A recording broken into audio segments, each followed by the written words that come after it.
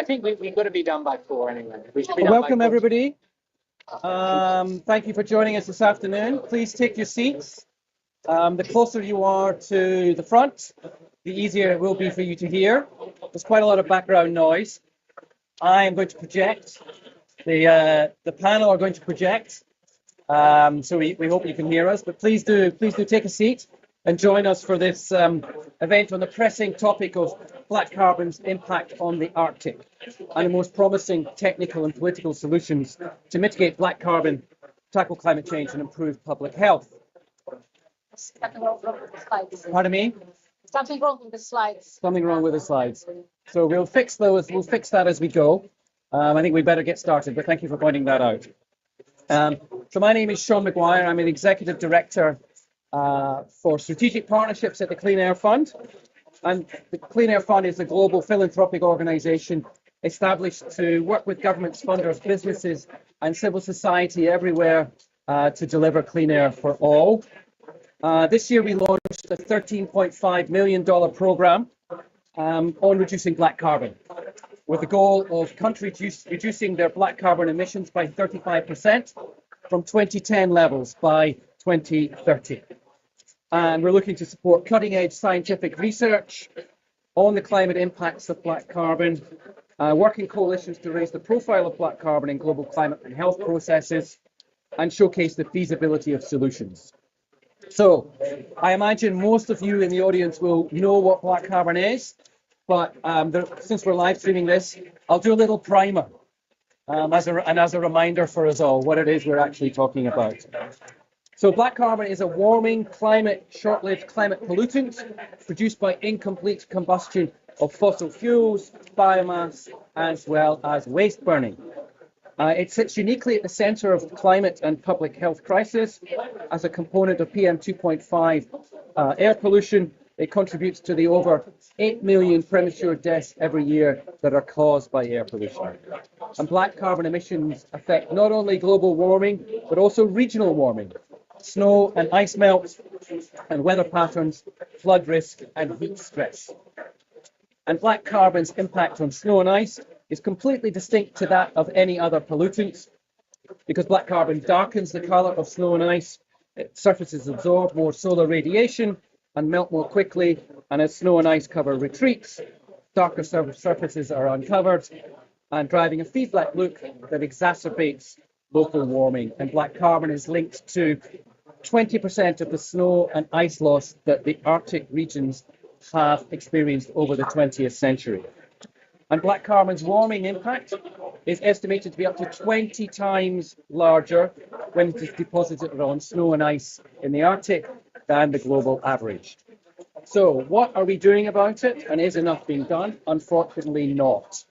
The opportunity associated with black carbon emissions and the cryosphere is not a meaningful part of global climate strategies. So the Arctic Council's collective target on black carbon highlights that governments have acknowledged black carbon's impact on the cryosphere and created mechanisms outside of UNFCCC processes to address it. But the systematic lack of funding, low levels of awareness and relatively weak external pressure on governments means potential solutions to reduce black carbon are not being prioritised as they need to be. And an example of this is the continued reliance on polluted shipping fuels in Arctic waters. So the aim of this event today is to shine a light on the impacts of black carbon on the Arctic and promising solutions. And we've got an expert panel here with us today to discuss this. And I'm hoping there will be time for Q&A at the end so we can get some audience questions. So on the panel today, we've got at the far end, Edward Alexander. He's the co-chair of Gwich'in Council International, which speaks on behalf of the Gwich'in Indigenous people in Alaska, Northwest Territories and the Yukon. Beside him is Zarin Osho, Director of the India Programme at the Institute for Governance and Sustainable Development. Beside her, Rolf Rodfin, Executive Secretary at the Arctic Monitoring Assessment Programme. And to my left, Tom Drills. And Tom is the head of superpollutants at the Clean Air Fund. And he's going to be starting this session by presenting a few key highlights from a case study on black carbon in the Arctic that the Clean Air Fund commissioned and funded. So over to you, Tom.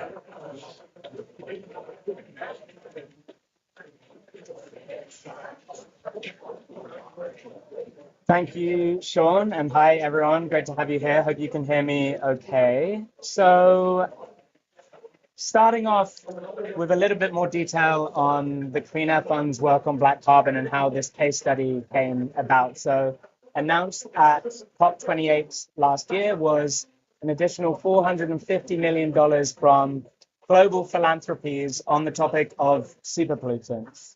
So this includes a lot of the action we're hearing about methane, but also looking at other non-carbon dioxide pollutants that are really important if we want to mitigate climate change in time. And specifically, the funding that we got, which is for a 3-year period, is on black carbon. And within that, we are funding, as Sean said, some targeted work on the science, looking at policy and advocacy, and then also some funding towards implementation projects. And in this first year of that program, we've really been refining the approach and making some of the key decisions to inform how this program will develop and how we think philanthropy can help drive this agenda forwards. And one of the key underpinning projects that we funded is called the political economy analysis. So this is a global scale analysis we funded working with the advocacy team, CSTEP, Berkeley Air, and others, where we've taken a kind of two-pronged approach. So looking at policies and measures on black carbon rich sources, what are their political, economic, financial, and other barriers, and then looking at national level and international level frameworks and where black carbon does and does not exist within those. What are the entry points? What are the policy signals we can work towards? And what are the reasonable outcomes within the next 2 years where black carbon can be placed meaningfully within both climate and health processes? So I'm going to be presenting the work of others that we funded, just to briefly set the scene for the discussion and welcome any feedback, and anyone that wants to engage further with us on this, we'll share our email at the end. So as Sean said, black carbon plays a very unique role in the climate system. And when it comes to the Arctic, the most important forcing that it's provided is this melting of snow and ice. You can see in this image here, the kind of darkened color on the ice. And as Sean mentioned, this accelerates melting and across not just the Arctic, but the Himalayan glaciers, the Andes, the Alps, the Rockies, has really contributed to the rate of melting of glaciers too. So starting with just a kind of high level overview of where is black carbon coming from and what are the main sources. So we look at black carbon deposition and transport into the Arctic. About 8% of black carbon emissions are local, so are coming from local sources. The rest is because black carbon, once it's emitted, it stays in the atmosphere for days to weeks. And if it gets high up in the atmosphere, it can be transported long distances. So from as far as East Asia, South Asia, Sub-Saharan Africa, these black carbon emissions are also being transported into the Arctic. When we look at the local emissions, we see a range of sources from residential heating, transport, power generation, and also wildfires, which is a growing issue, particularly where in proximity to the Arctic. So if we break down similar data in terms of transport of black carbon emissions and deposition, then where is this coming from different global regions? This diagram here shows that it's not just direct proximity to the Arctic. This is a big factor in terms of how black carbon is transported. But where you have big magnitude of emissions of black carbon, you're also getting important transport and deposition in the Arctic. So the emissions estimates here can vary depending on the study, but you can see that emissions from Russia, emissions from East Asia, North America, Europe, South Asia, all really significant drivers affecting Arctic through this forcing of black carbon. So why is this important and what are some of the key stats around this? Well, as well as having this global contribution to warming, black carbon's climate effects really are more critical when we look more regionally. So Sean mentioned estimates of 20% of sea ice lost. You can see for some glaciers that is estimated as high as 39%. And this is strongly linked to really important climate tipping points. A lot of the sessions I've seen at this pavilion so far talk about the wide-ranging impacts of the loss of Arctic sea ice. And this tipping point is something that is approaching fast, and that alongside deep decarbonization, we need to look towards short-lived climate pollutants too to mitigate that effect. So black carbon offers an additional route that is often complementary to decarbonization processes to try and avoid the rate of melting and avoid that tipping point as quickly and as effectively as we can. And then as well as those climate effects, black carbon is a health and a social justice issue. It's part of particulate matter, which is the biggest environmental health risk factor globally. And its effect on ice is not just a direct effect when we breathe it in and it affects our heart and our lungs. It's also a resilience and an adaptation issue through indirect effects on rainfall patterns, on ecosystems, on glacier-fed rivers, etc. So in this study, we tried to break down what are the main barriers. Considering all the things I've just said, you might expect that cutting black carbon emissions should be a relatively high priority on the agenda of global climate conversations, global health and air pollution conversations, but really it's fallen between the cracks. So I'm not going to go through this slide in detail, but this is the kind of initial work towards setting out the problems we see across science, across politics, and across finance. And in different global regions, this is playing out in different ways. So a few to pick out on this side is some mixed messaging from international organizations on this, looking at how this is not really deeply embedded in the UNFCCC processes. We have a handful of countries, NDCs, and a finance issue in terms of awareness and prioritization of sectors towards health and climate. So finally, moving on to just give an overview of some of the technical and political solutions that are possible here. Arctic shipping is an area where this additionality and the role of black carbon is really important. So just in October, the IMO set the groundwork for really continuing this conversation around black carbon emissions from the shipping sector. There's multiple options here. There's big geopolitical barriers, including the involvement of Russia in the negotiations. But there might be ways to sidestep this through emission control areas, through fuel regulations. And this is a key area where black carbon is playing a crucial role. Additionally, when we look at the kind of heating sector in Europe and in other high latitude regions, the burning of wood is a key climate warmer, especially in Nordic countries.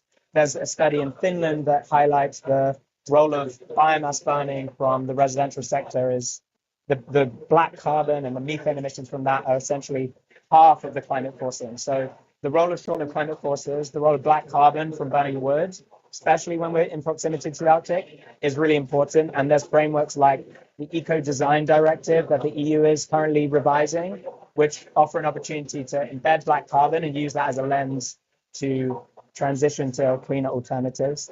And then finally, other energy sources in remote areas, reliance on diesel fuels and things like this can be transitioned towards cleaner technology like solar and wind.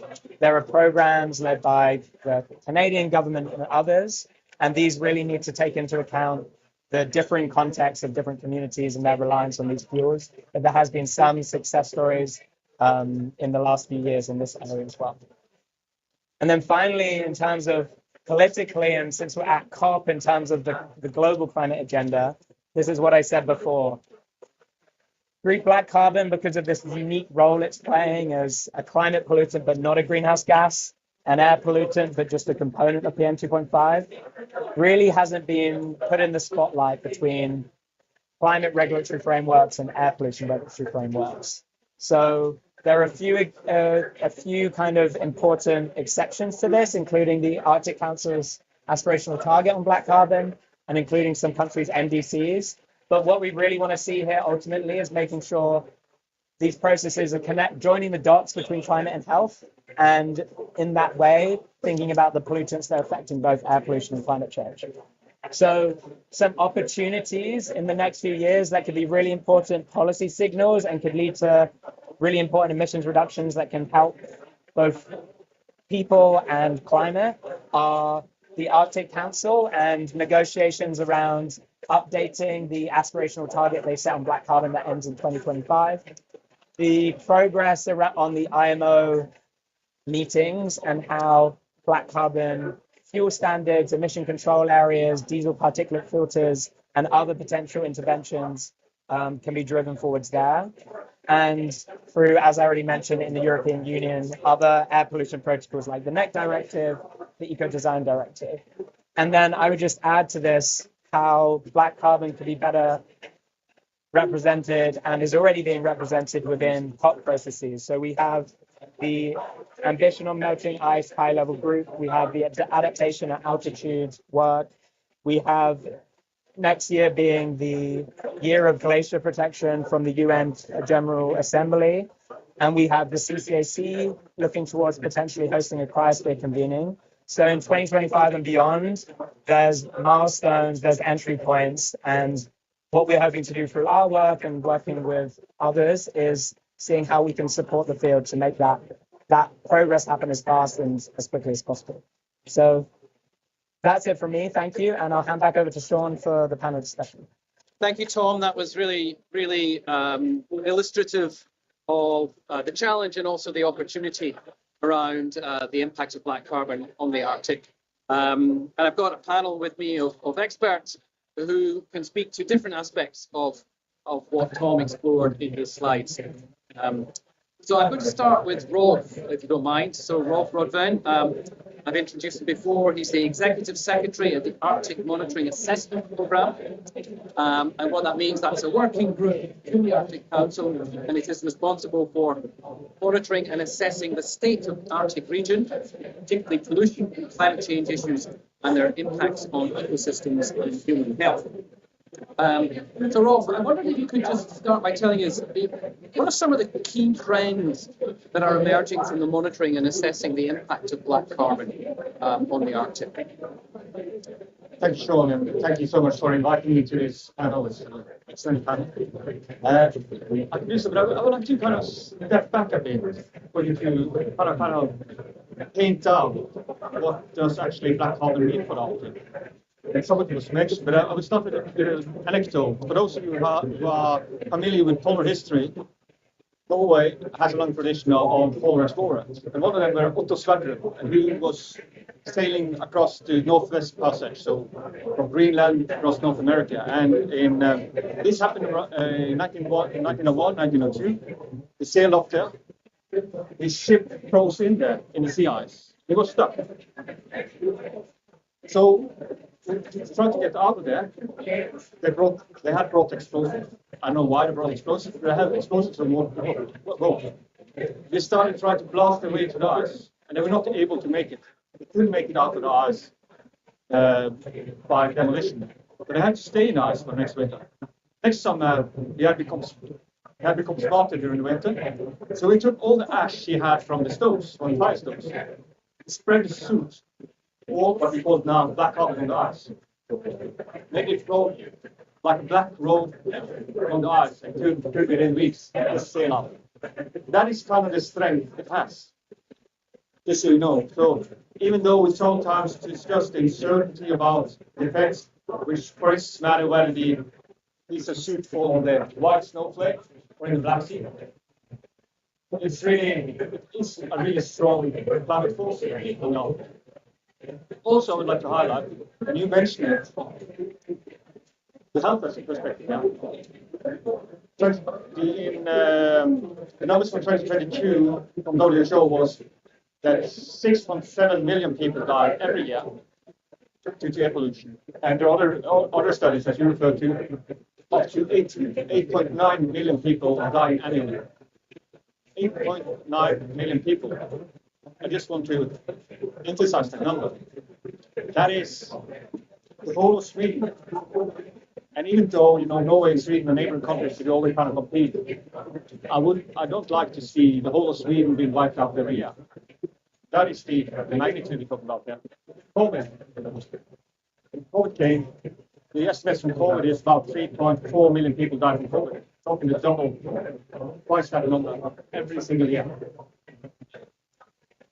And then to your question, as it was mentioned here, black carbon has been on the focus from the Arctic state actually for a long time, and it came up on the agenda, particularly under the Finnish chairmanship, 2017 to 2019. And what we see actually since end of 90s, it's been like a steady decrease in black carbon emissions in the Arctic.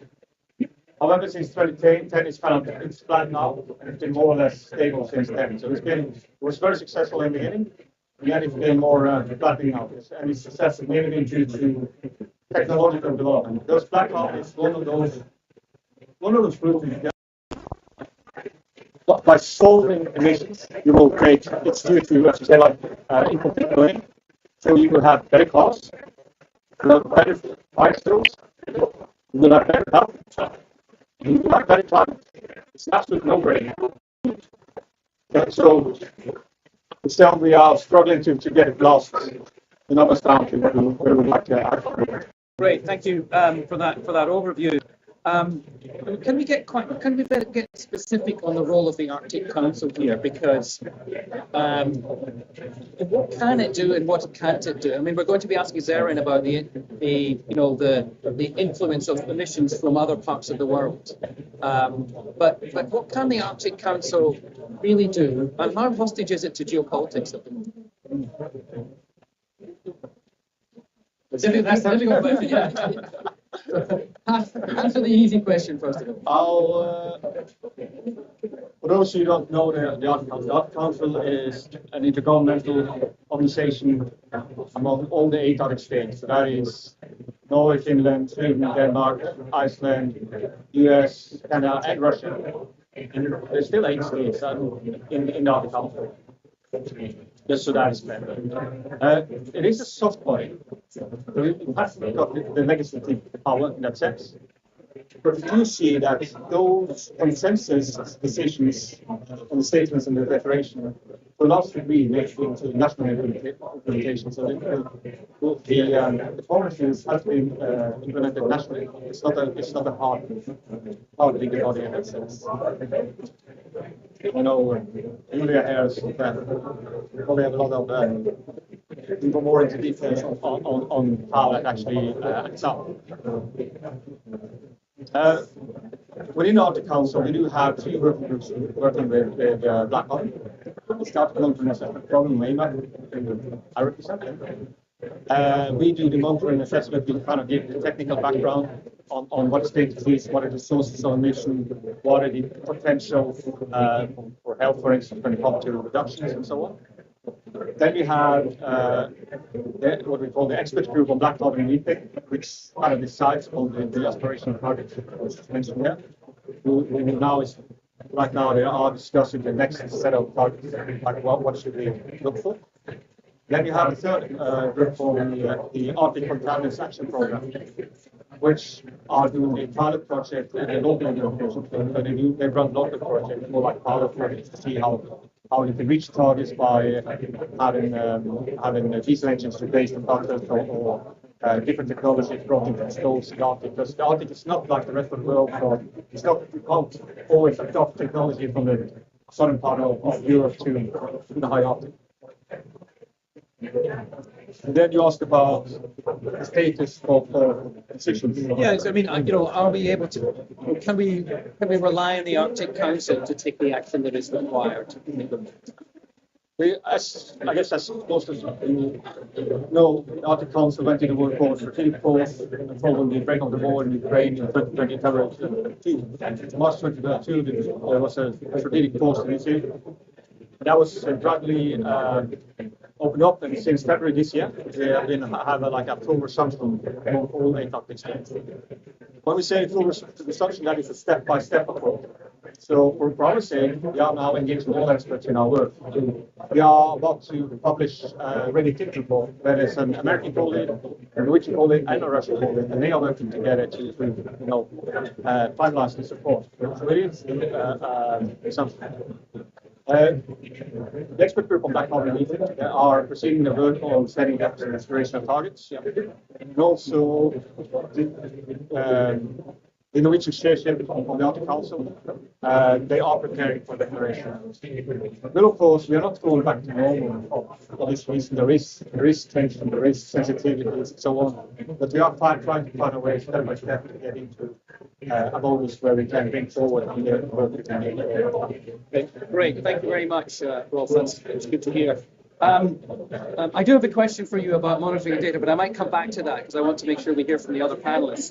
So Zarin, I'm going to turn to you next. So Zarin is the director of the India program at the Institute for Governance and Sustainable Development, where she's responsible for the development and implementation of their subnational work on the fast mitigation of short-lived climate pollutants. So welcome, Zarin. So can you tell us a little bit about the work that IGSD is doing to tackle black carbon emissions in India and how that connects with the cryosphere regions? Thank you, Sean, and thank you so much for having me here. I hope I'm audible to everybody. We not only have a subnational program, but we have a full-blown Arctic program in India, and we work with the government of India on all matters relating to Arctic and India. So as Sean mentioned, we have a subnational program where we're working with different subnational governments to control and mitigate emissions of black carbon. The reason we're doing so in relation to the Arctic is that nothing that happens in the Arctic stays in the Arctic, and nothing that happens all around the world actually ends up going to the Arctic. So and this sort of interconnectedness has implications, which I will shortly speak about.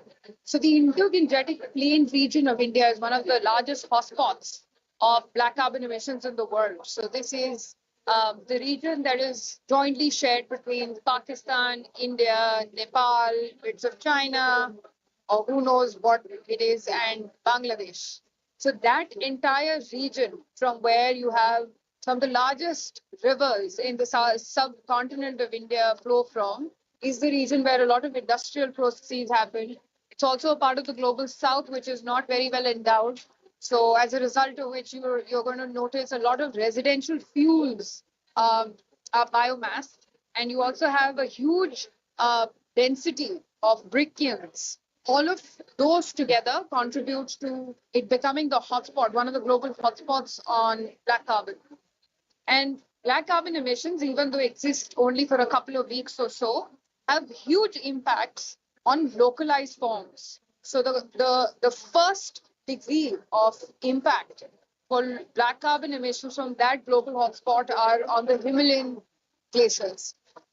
And like I was mentioning, as I said, nothing in the world is separate from what happens in the Arctic. It's all a cyclical process. With those impacts in the Indo-Gangetic region that then impact the Himalayan glacier, you see a change in the glacier forms. You see the glaciers recede, and that has direct implications on freshwater sources. Freshwater sources also in an area with 6 countries that share freshwater resources in that area. 3 of them are nuclear powers. 3 of them dislike each other. So very important to put that in the context of the reality we live in. With the changes of freshwater and the rate at which glaciers are melting, there is a different type of rain. So all of you are familiar with monsoons, the majestic monsoons of the Indian subcontinent. The warmer the air, which is what black carbon does, it entraps heat, the more the amount of rain is carried in the atmosphere. With more rain that is carried, eventually when they hit the mountains, there's a lot of rainfall. 2 things happen. One, it causes downstream cloud bursts. I don't know if you guys are familiar with this term. It's a huge amount of cloud carrying lots of water, sort of almost bursts. So you have floods, mountain floods and landslides, which are they have a direct implications on infrastructure, of course. And the second thing that happens is it dissipates heat. When it dissipates heat, and if you look at the 2 states that are Himalayan states in India, Uttarakhand and Jammu and Kashmir, when that phenomenon occurs, you can see a correlation with the rate at which Arctic sea ice melts in those months, the summer monsoons. So this interconnectedness between the Arctic and the Himalayas is called something called as teleconnections. And it's a two-way street. So heat dissipates due to rainfall in India. Heat gets transferred to the Arctic melts. Again, source is black carbon. When the Arctic melts and you have negligible amount of summer sea ice or none at all, you see that central India then experiences flooding due to the same rain that is being brought back. So this teleconnection is a very important phenomenon that very little is known about. So one of the things that we are doing to answer the question that Sean asked is to understand what is the relationship of black carbon emissions on the Himalayan glaciers and the heat that gets dissipated and the teleconnection cyclical analyses happen. And then the other is to also work. India is not a member of the Arctic Council. Very simply put, that means we have no game in the Arctic. Even though India has had relevance and it has constructively contributed to the region since before India became an independent country and was under the British Raj. So in the 1920s is basically when India started its engagement in the region. Since then, we were automatically a part of the Svalbard Treaty, and we have continued to have R&D relationships with the area. And we have an Arctic research center in the Arctic called the Himadri, which is in Svalbard.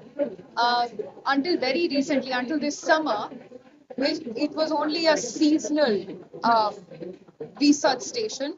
With this year on, it has become a full round the year. It's manned round the year. And one of the things that we are working with the government of India to do is to understand the source of black carbon in the Arctic.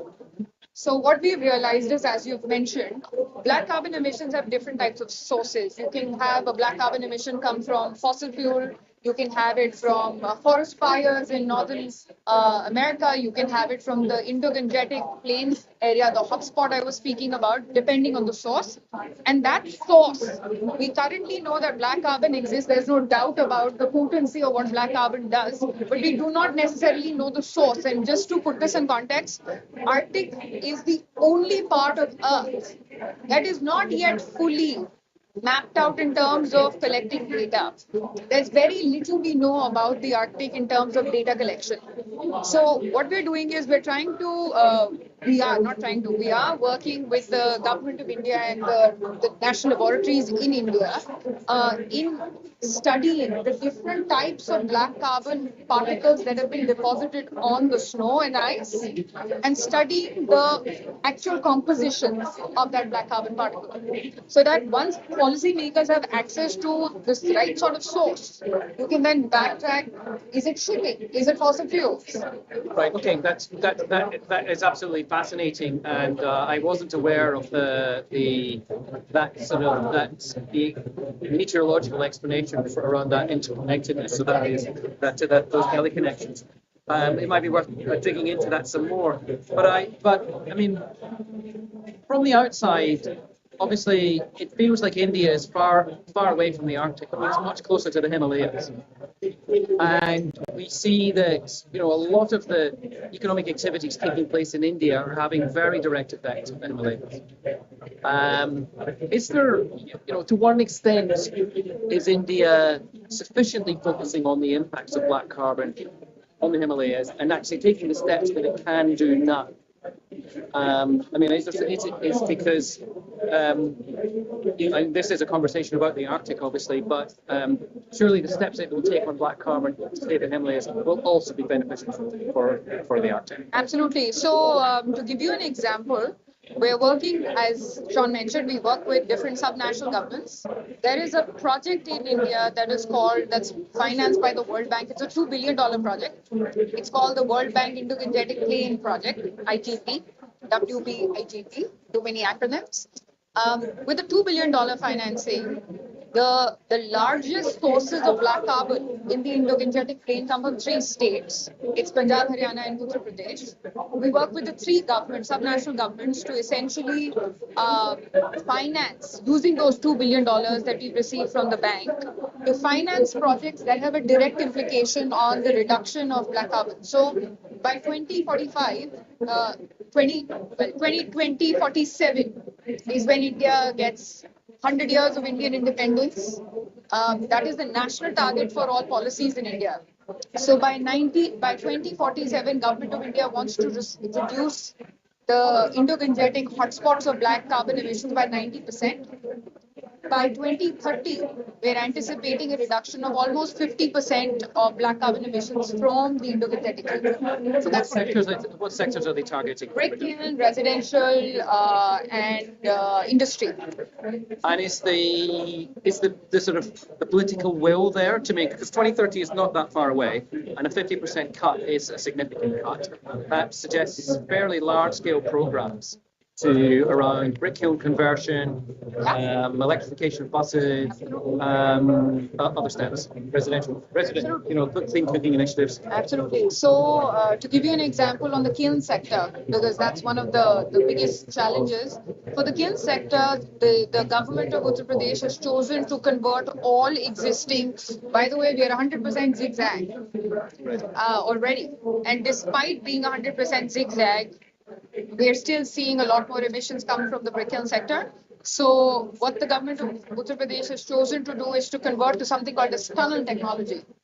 So they're going to replace 100% all of your zigzag kilns and convert them to tunnel, which has zero black carbon emissions. So that's one example of where the financing is going. Of course, this technology is extremely expensive.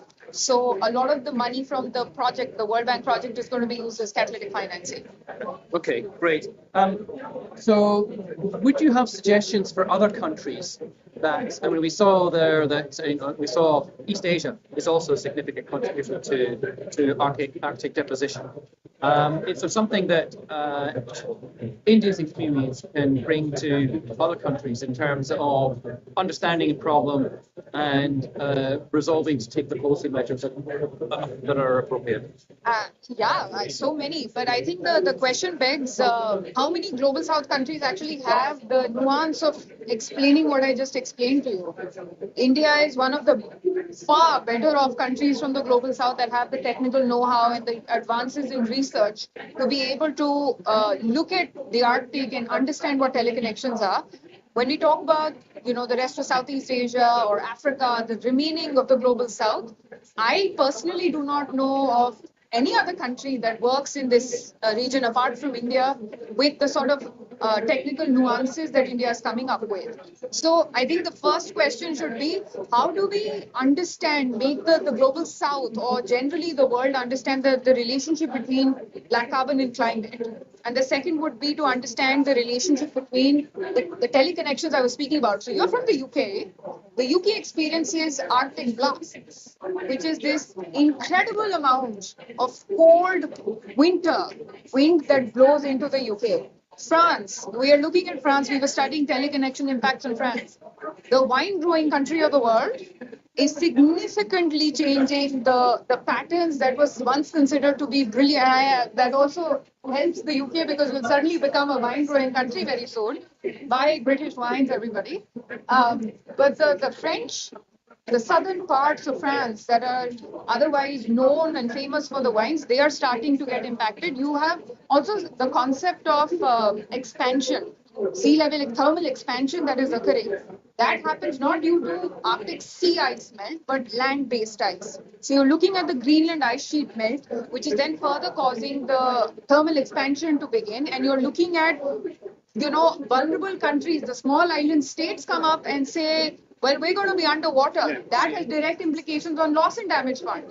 But all of this is such a complicated and integrated model that needs to be spoken of more often. So more science and research to understand these things.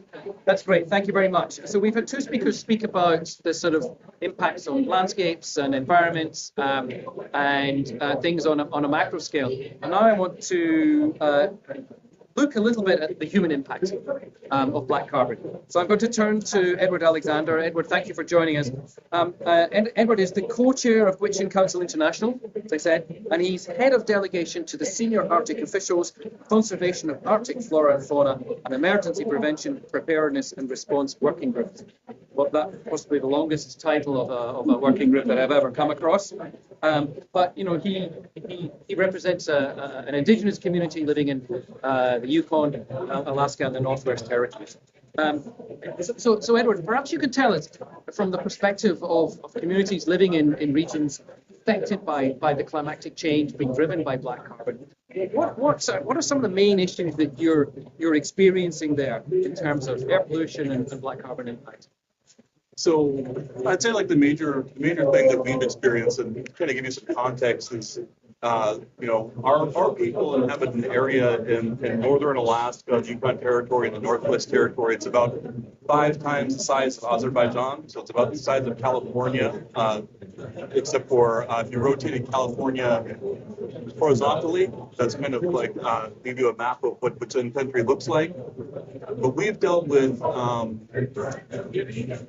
lot of wildfire.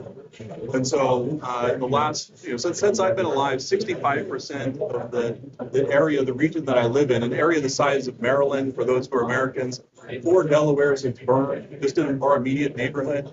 That's not that whole, not the whole of Witchin country, obviously, that, you know, Maryland is much smaller than California, but we've had communities evacuated from wildland fire smoke, from black carbon, from the intensity of it. In the north, wildland fires are a little different than down south because we have a thick layer of organic matter. And so it's not like, you know, you burn a grass fire here in Azerbaijan and mineral soil is right there, right? It goes down to nothing pretty quickly. Where I'm from, it's not like that. There's an organic layer that goes down meters deep, right? Meters and meters. And when a fire burns later in the summer, what happens is there's the immediate, like, violent nature of, like, you know, huge flame lengths and all that kind of thing. But then after the fire burns off this surface vegetation, these spruce trees, it goes down into the organic layer and it smolders. And it can smolder like that, not for just one season, but it can overwinter. We have overwintering fires that will burn under the ground and then reappear and reignite the surface again. Year 2, year 3, year 4.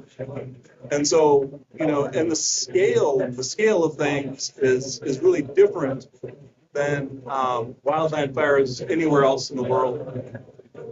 There are no wildland fires that are equivalent in size or in climate impacts as the fires that we've experienced in my homeland.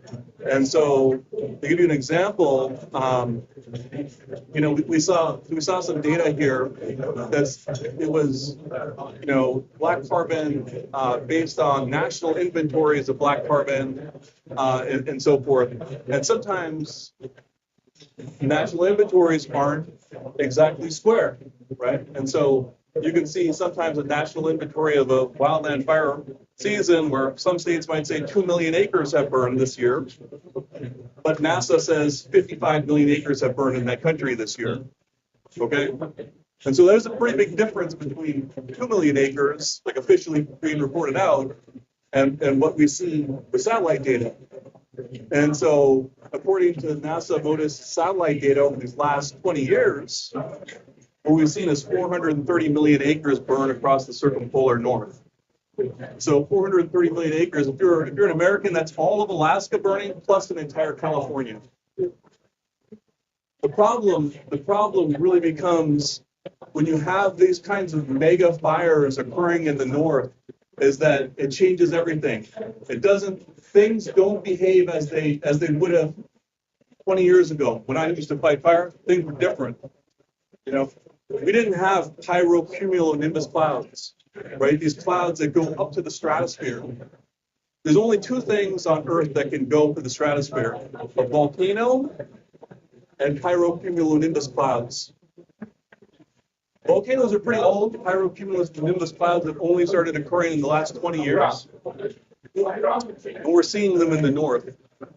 The reason we're seeing them in the north is because the intensity of the heat is driving these massive columns of black carbon, of smoke, of other kinds of pollutants, arsenic, other, all kinds of different chemicals, and then deposited in the upper atmosphere. And then that which isn't being deposited blows over the landscape. And what we're seeing is smoke from our areas is going to Europe. It's going to Greenland. Black carbon is deposited on the Greenland ice sheet.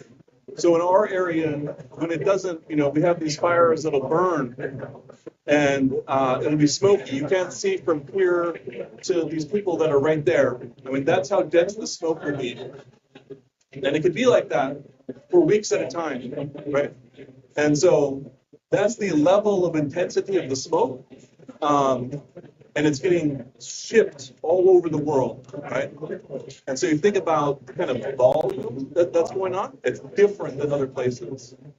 And the other part of it that's really different, I feel like, is that, there's this not accounting for moving out to the sea ice, moving out to these glaciers and all of this kind of stuff from the summer.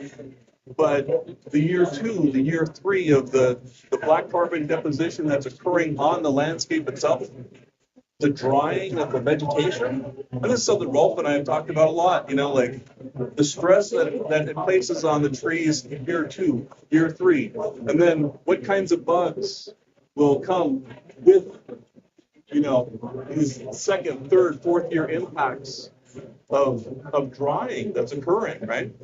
And so when those bugs come in, then it kind of forms this positive feedback loop where you have more fires, the trees are weaker, they burn off some more, and so you have more intense fires. And then that doesn't even get into, when you were talking earlier, you said that there's kind of like this complex interface. And there really is, especially like where I live, because there's the black carbon, there's the fire, but then it's interfacing with permafrost and with Yedema. And Yedema, I mean, if you don't know anything about Yedema, it's literally the most important thing that you can learn about while you're here at COP. It's the interface between wildland fire and Yedema is what keeps me up at night. It's what keeps me working. It's why we need to have changes to wildland fire policy in the north, but we also have to have like a better understanding about how this black carbon deposition, how this burning into the mineral soil is affecting some of these structures that are 100,000 years old, but are now collapsing, right? They're collapsing into clouds of methane. They are, the nitrous oxide. And so not just CO2, not just these short-term, like we think of black carbon as a short-term thing. The short-term when it's in the air, but it's depositing places. It's having multi-year impacts. Could you tell us briefly, a little bit about the sort of impacts on human health and well-being of this kind of terrible cycle of black carbon deposition, wildfires, burning, more deposition, and overall climate change? It's, you've had climate change as a whole. We've had 9 degrees Fahrenheit of warming in my region already. And so, what we've seen and what we've experienced is far beyond 1.5 degrees Celsius or something like that. But when you have these kinds of fire events, in our communities, we don't have air conditioning. You can't open your window. You can't. Our communities are not structured for that. It's not. That's just not feasible, right? And so we have. It can have. If you have a fire happen, like some of these extreme fires happen during whitefish season, we're on a river system, and so these fish are coming and they're seasonal. So this is your chance to catch them, right? But if you can't drive your boat because you can't see past 20 feet, 30 feet, it's a major problem. It's really dangerous on our rivers. The Yukon River is a very dangerous river. It's not like other rivers around the world, right? It's 3 miles wide where I live. It changes daily. There's debris, trees floating in it, and sweepers, all kinds of things that can kill you. And so not being able to see, not being able to participate in food gathering activities, having, there's the impact on water temperature. So when I was a boy, we used to check a fish net, put my hand in the water, and it would be ice cold.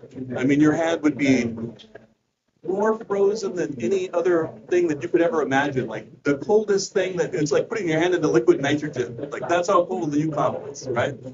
And you'd pull it out and you'd get your fish out of there. But now it's like bath water, right? It's like bath water. There's mass fish die-offs in the summer. There's from temperature, from the water. We've had just last summer, 2 of our communities were under threat of evacuation. One of them did get evacuated because of smoke. Just the intensity of the smoke was so high that they pulled everybody out of the community to go to another community. That other community also was so affected by smoke that they evacuated all of those people to a third community, the Whitehorse. And so, So pretty severe impacts on ways of life, well-being, and the way that the community interacts with its environment. absolutely. Yep. Okay, so I think we've covered this. We've covered the situation from the sort of kind of Arctic council perspective, from the India perspective, and from the human perspective. I want us to sort of begin to talk a little bit about potential solutions. We had some areas there that were flagged up in Tom's presentation. So I wonder whether, each of you could sort of pick your favorite solution on the basis of something that you think would be impactful and is possible. So Rolf, maybe I'll start with you. Impactful and possible. I would say there's already a lot there. I mean, in our report, we only show that just by implementing current legislation, we could, when it comes to health issues, we could reduce the number of deaths by 66,000. And by doing the maximum feasible reduction, we can add on 40,000 more. So you end up with 100,000 deaths, human deaths. So there's already a lot there. From my side, when it comes to the monitoring side, there's, as Ed said, there's a lot going on. You do see that, for instance, wildfires, they doubled since for the last 10 years. In parts of the Arctic in northeastern Russia, they have increased by 400% the food packs. And so we are implementing more and more technologies to understand this, and also to what I think is really important. And I'd say I'm quite biased after sitting into Al Gore's presentation this morning. And I know you're part of the funding of the climate trace project, where they are able to implement technology. We're able to trace down the emission source. And in that sense, I mean, right now we base our emissions on metrics, but to trace it down to detailed source and make it possible to do decisions on whether to use, like for instance, whether you would like to buy rice from that source compared to one which had much lower emissions. So to have those kind of tools and decisions to decisions to take, as I said, it is a game. You will have better health, better climate, better technology. So by choosing the right sources and choosing, being able to pinpoint those reasons by that kind of tool, I think it's really a major step. Yeah, great. So implement existing legislation and make better use of the improvements in technology and tools and monitoring to identify where to take action. I think that's a huge conversation, both for you and me in our everyday choice, but also particularly for politicians on all levels, on the state level, on the national level, and international level to decide upon out already. There's so much potential. Good. Darren, impactful and possible, a solution. Not a solution in terms the way that Rolf already spoke of technology, and we know what to do with black carbon. It's not that hard. I want to specify this concept of 3Ts: time, temperature, and tipping points. We do not have the time. Temperatures are going high, and Arctic is going to tip. And with the current emissions that we are projected to go, 100% Arctic will tip if that is the projection that we actually in reality do end up following. I think what's important for me is the governance structures of it. Geopolitics, very sad. None of us here can really control it. But Russia is, at the end of the day, the largest Arctic state. So channeling or cornering Russia in a silo and away from the rest of the world also means data gap. They were the source of some of the largest data sets in the Arctic Council, which were incredibly critical to make decisions. Yeah. What we've seen as India, for India, Russia is an all-weather friend. We are the only country perhaps in the world that have been able to be friends with the Eastern and the Western blocs back in the day.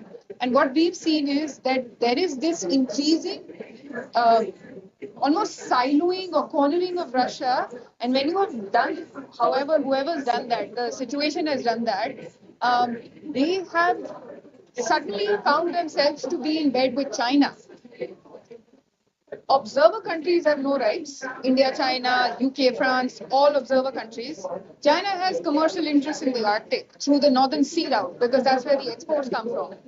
The paper ban on shipping, the ban on shipping is a paper ban. So I think policy to create ways to engage more with the observer countries. If you do not have a goal under the Arctic Council, the Arctic country or the observer country cannot really think of it. Like I said, how many global south countries actually know teleconnections?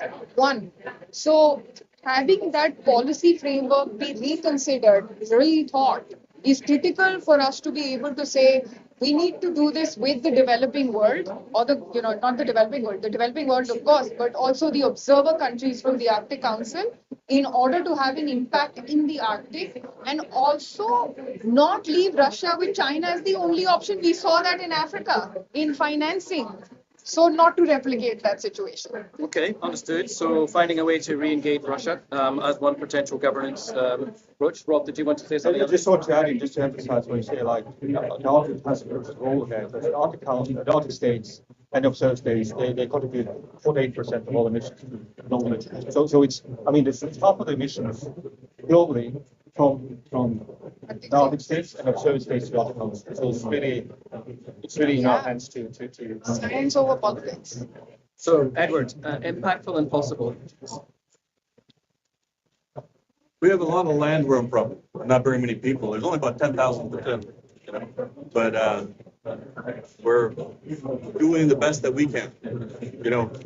We talk about impactful discussions, this nexus of wildland fire in the north and how it impacts permafrost and Yedema and all of that crisis that we've experienced, we've already been through, that we've brought to the Arctic Council. One thing about the Arctic Council I'll say is that they actually listen. I sit at the table, senior Arctic officials and so forth, and now I co-chair this wildland fire initiative. The reason why I'm even here talking about this issue, right? And so when we think about how we actually engage, like Witching Council International, we're doing stuff like reinvigorating cultural burning. So our cultural burning practices, I think, are absolutely key to addressing this crisis, which to me, and just objectively, releases far more greenhouse gases than all the rest of everything else going on. Okay? It's all more than all the rest. Just the fires in Canada from 2023 released 3 times more than all global aviation for an entire year. Just from that one country, right? That doesn't include Russia. That doesn't include what happened in Alaska. And it doesn't include what happens year 2, 3, 4, 5, and everything that's occurring after that. So on the solution front, what we've done is reinvigorate within cultural burning, which takes place early in the spring, when there's still snow in the forest, the ground is still frozen, and we burn off the grasslands and the meadows and the lake edges. And people say, well, why would that be important? It's the most carbon-rich soil on planet Earth, right? It's the biggest carbon sink on planet Earth. And so maybe we should actually think about how we've tended these things for tens of thousands of years. And in our case, by doing this, it protects the permafrost, it encourages growth, it encourages biodiversity for bird species that come from India, that come from Australia, that come from South America, from the very tip of South America. They come to our homeland. And when we do our cultural burning practice, not only are we protecting the land from having later devastating wildland fires which burn into the organic matter and so forth, we're protecting it from that. We're creating a fire break that can exist later in the summer, right? We're enabling mild fire, biodiversity, 50% greater level of protein in all those plants. But guess who's funding it? It's not our river country of India, which has never helped the good country, which we would love to partner with you on reducing black carbon in the north. And I know it's affecting. It's not my friends in AMAP. It is some of the poorest communities in North America are funding it on their own. They are out there. They are doing the work, and they're doing it without any of this assistance, and they're doing it without the United States and against, our practices have been banned for 50 years, right? And so when we talk about how do we actually engage some solutions, we can't always be looking forward. There's some traditional techniques that people have used for thousands of years, and the reason that they still use them is because they work. And it just so happens that nowadays, it might be working for people all over the world in ways that they don't even know how it's affecting them. They don't know how it's affecting climate change and all over in these other places. A fire down here, like I said, in Azerbaijan, 20 million acres. That's 1/5 the Gwich'in country. The North's burned 430 million acres in the last 20 years. That's over 20 Azerbaijans. And yet, we're the only ones talking about it. So what I'm hearing is, cultural burning, sort of listening to the practices of local residents and incorporating them into solutions. We've got about 10 minutes left. I want to make sure there's time for questions if there are any from the audience. But I have lots and lots of questions I can keep asking, but I want to see whether there's any questions from the audience. Yulia, there's one over there, but let's take Yulia first. Well, thank you so much for this very illuminating and very balanced session. I certainly can talk about this topic for hours, and maybe I can engage with some of you later after this session. But for now, maybe just very short questions, given the time limit. For Zavid, I think one of the kind of challenges, and it's not a challenge only for India, but I'm just curious about India. One of the challenges is, of course, lack of accurate and high-quality data. So I was wondering, what is the state now of national effort on monitoring black carbon emissions? There is a task force being set up by the national government on reanalyzing our accuracy validation studies on black carbon emissions. Black carbon is one of those air pollutants. We're also looking at a whole gamut of other gases and pollutants. So that should be up. The framework is being written right now. I'm very much a part of that framework development. So I can very proudly, happily tell you confidently that that's going to happen. It's going to be put in place in the next 2.5 years. And a related question to that, which you've mentioned also, ways for observer countries to engage with the Arctic Council, right? Which I also very much support their position. The Arctic Council actually has already developed some ways with observer countries, and one of them under the framework on short-lived climate pollutants. The Arctic Council has extended its invitation to observer countries to submit their reports on black carbon emission inventories and I think even projections. And I remember that I think India even submitted one report under that framework. And for the Arctic Council, it was, in fact, a step forward because I don't think they had ever done this before, right? Asking observer countries submitting some, any type of national reports.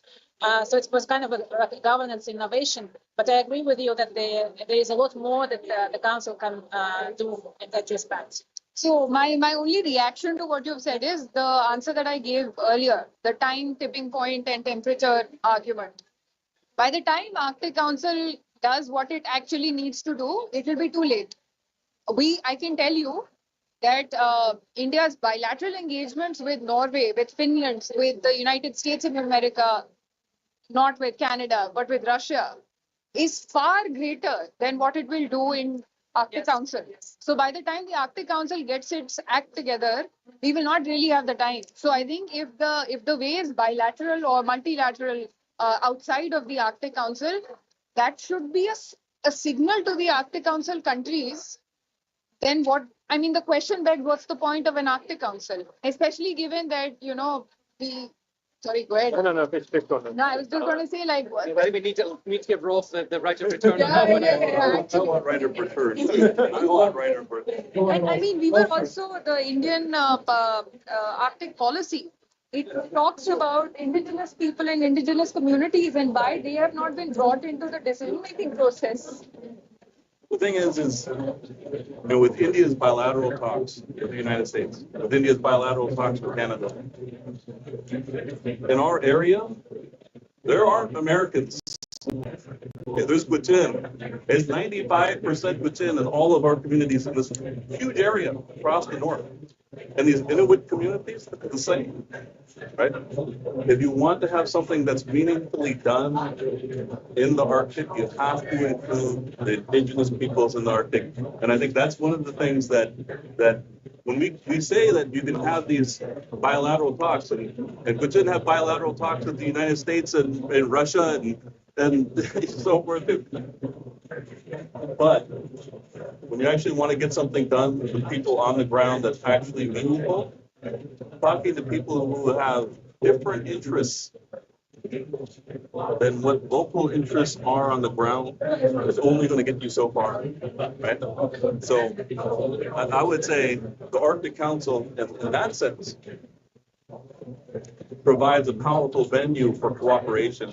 We welcome cooperation with Indians. We need Indians and scientists. Absolutely. You guys have lots of scientists. You've got lots of expertise. We need that. We welcome partnership with observer states, right? No, but that's exactly what I'm saying. For India to be able to, constructively talk to the local people, the local communities, it needs to have a seat at the table. It doesn't have the seat at the table to be able to negotiate or even speak to. I mean, I tell you an example. What I'm going to do is I'm going to draw that particular conversation close because the gentleman at the far end wanted to ask a question. We've got time for one more question. So go ahead, sir. Yeah, I'm from Canada, country that provided black carbon and aerosols to the Northern Hemisphere in 2023. Our fires, the hectares burned in Canada were 5 or 6 times higher than any other previous year. So the problem is that the climate, it's not just the warming, it's the precipitation regime that changed. So when these forests burn down, we cannot assume that the forests will regrow where there were before. So we're losing tremendous carbon sink capacity.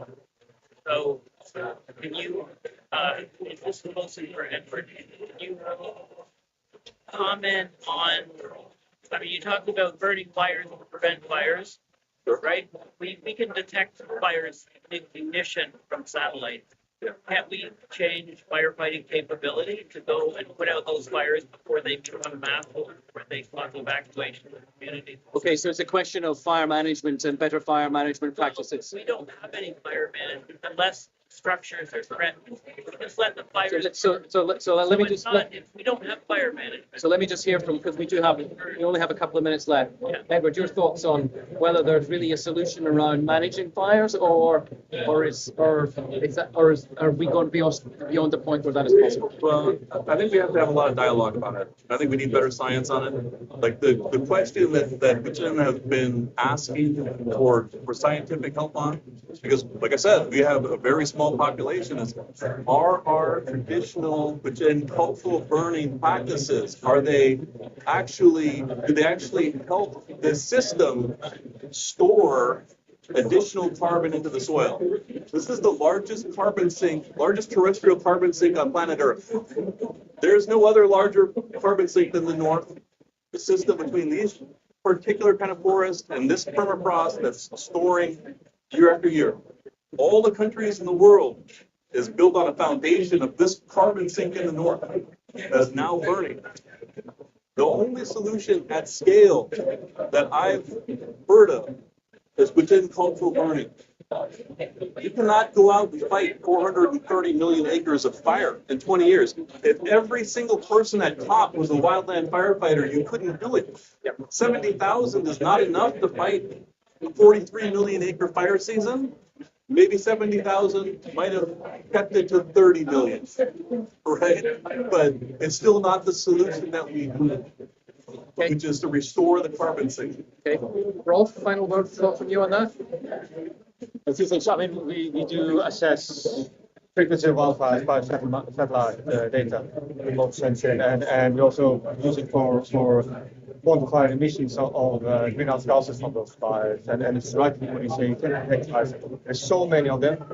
There's such a vast area, and we're talking. I mean, Canada is one thing.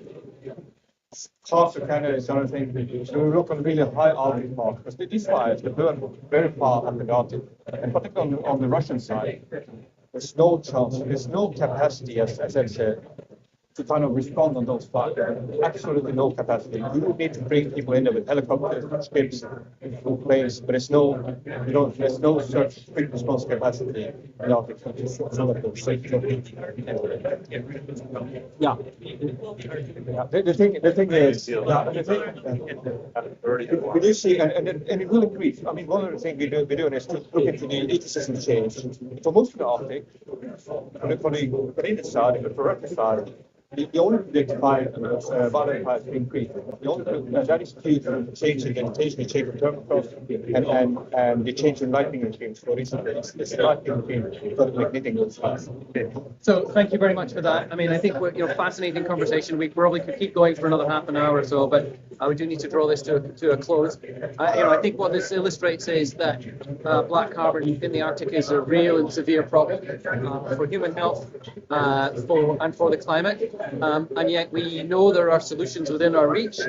They require investment, they require political will, and they require a galvanization of the climate community to get some energy behind them.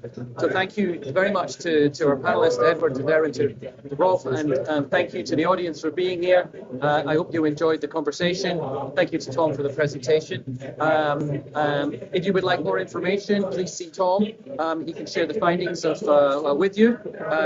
And keep on doing your great work. Thank you very much.